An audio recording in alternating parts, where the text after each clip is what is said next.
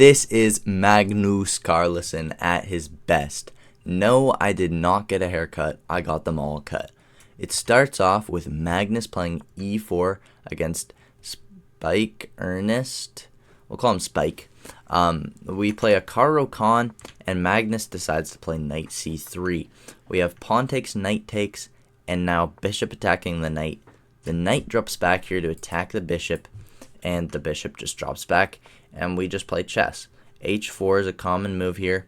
Normally you'll play it after the advanced variation, but this is pretty much, Caro Cons are all the same.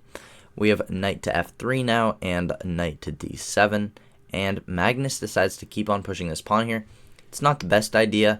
He should have played something instead, just like bishop d3 or bishop f4, maybe bishop e3, but he pushes the pawn to deflect the bishop, making it move again. Now Magnus plays bishop to d3, attacking this bishop and ready to trade them off. We have bishop takes, queen takes back, and now e6 by black. It's pretty much an equal endgame right here if they were to trade down. And we have bishop to f4 now, and knight jumping to f6. Castles and bishop to e7 now. It's just normal opening, and Magnus throws a knight in the center of the board. You should probably take this or castle, and he decides to play queen a5. A little bit sharper, trying to target this pawn and trying to just do an idea against Magnus. But they are grandmasters. Both of them are grandmasters at this time. Like, you're not, I don't know. It's going to be hard to do something against a grandmaster. Magnus defends it perfectly, defending with the king. We have castles by Spike, and now knight takes f6. Knight takes back, and now Magnus gets this knight on e5, which is very crucial here. And now Spike plays the best move, rook a d8. It's an amazing move. Magnus plays queen to e2 now, defending this knight and defending this pawn with the rook instead of the queen. And now he should have played there. It was a little bit better, but it doesn't make a difference. Magnus is really threatening this. It's a huge threat. You kind of have to do something about it. Queen b6 is the best move. It doesn't do something about that, but it threatens something of your own. So, because this bishop's undefended. If you take, it's bad. And this bishop's undefended. So, you either have to do something with the bishop. This would be the best move in the position. He doesn't. He just plays c5, creates a pawn attack on the side of the board, and it's not bad. But now, after Magnus's idea with knight g6, you're attacking the rook, you're attacking the undefended bishop.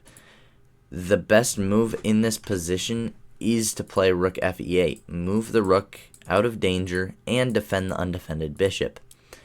In this case, you'd have knight takes, rook takes, pawn takes, and if you had queen takes, not the right idea, you completely blunder your rook, which you'd just play knight d5 to stop it, and then you'd probably just take back later. So you'd probably get the pawn back, but instead of moving the rook over, defending the bishop, his opponent took with the pawn. And this, at first, the engine doesn't realize it. It's pretty much equal for the engine, it seems. But queen takes here, and he plays the best move in the position, but the engine's starting to see it. That's the best move. And the engine just goes, hold up, what just happened? And h takes g6 is exactly what happens. Top engine move. I think Magnus knows this position. It's been played many times, but this was played in 2004, so I don't know if at that time it was played so many times. And now his opponent blunders immediately too. But even if he didn't play here, queen b6 is still the best move in the position, and it's like 2 points. Like, for a grandmaster, this is completely winning. You get the bishop, and you're up a piece, pretty much. You lose a pawn, right? Sorry, not push, takes. So you lose the pawn, you get a bishop. You're pretty much completely winning for Magnus here. I don't think Magnus would mess that up. We have knight dropping back to e8, though, and bishop sacrifice. 2 sacrifices. We had the knight sacrifice and the bishop sacrifice. This is just crazy by Magnus Carlsen. Sacrificing everything. A rook. All Magnus has is a queen and a rook here versus a queen, a rook, and 3 major pieces. a rook in 2 pieces versus a queen and a rook, and Magnus is completely winning. He takes back the bishop, so it's only a rook and a knight for a pretty much checkmating threat. We have knight dropping back to f7. The only way to stop checkmate was to sacrifice this knight to the pawn. Pawn takes, king forwards. So now he's only up a rook, but this rook's coming over, and this looks really scary. This looks very scary. It doesn't come to h1, but instead goes to d3, and now rook tries to come to defend, but after rook here, rook blocks, queen to e5 check, hitting the king. If you take this pawn, queen f5 is killing you because it's a fork, attacked by the rook too. There's nothing you can do, and that's exactly what happened. He took the pawn. I think everything else was checkmate. If he didn't take the pawn, yeah. King h7 is checkmate in 5. King h6 is checkmate in 1.